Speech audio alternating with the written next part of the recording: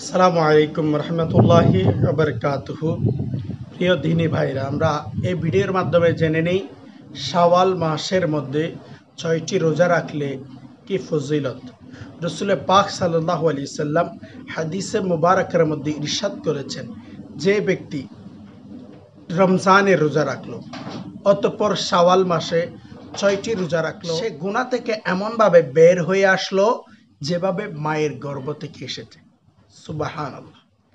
প্রিয় ভাইরা, হাদিসে পাকের মধ্যে রসুল করিম আরো ইরশাদ করতেছেন, রসুল পাক সাল্লাল্লাহু আলাইহি সাল্লাম বলতেছেন, যে রমজানের রোজা রাখলো এবং শাওয়াল মাসে ৬টি রোজা রাখলো, সে যেন আজীবনই রোজা রাখলো।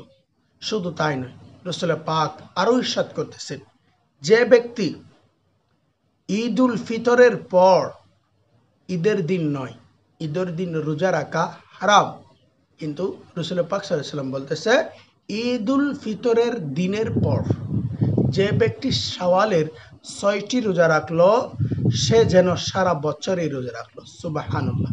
বাহারে শরীয়তের পদটিকায় রয়েছে এই রোজাগুলো কিভাবে রাখবেন। এই রোজাগুলো আপনি পৃথক পৃথক, অর্থাৎ আজকে একদিন রেখে আগামীকাল গ্যাপ করে এর পরের দিন আরেকটি রোজা রাখবেন, এরকম রাখতে ৬টি রোজা রাখবেন। আবার এরকমও বলা হয়েছে একসাথেও ৬টি রোজা রাখা যায়। তাহলে প্রিয় ভাইরা, শুনলেন তো এই শাওয়াল মাসের রোজার ফজিলত।